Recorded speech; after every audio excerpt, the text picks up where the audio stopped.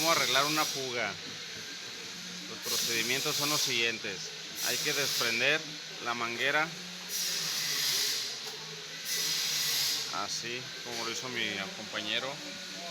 El procedimiento siguiente es lijar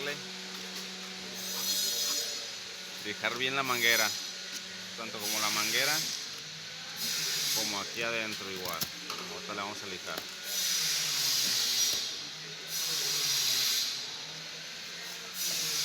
Lo más que se pueda.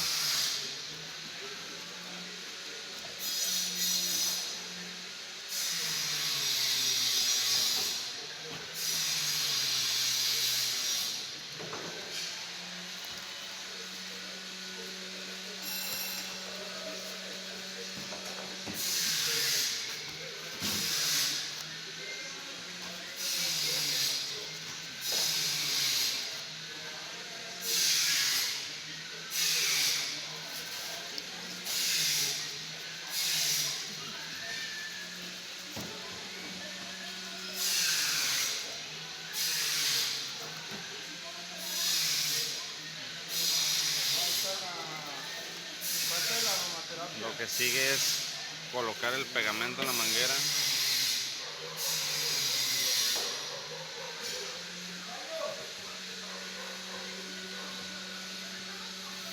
Quede bien embarrado tanto en la manguera como adentro.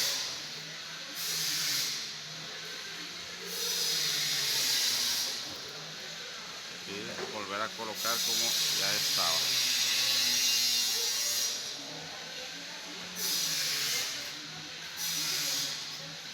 Y así ya no va a tener más fugas.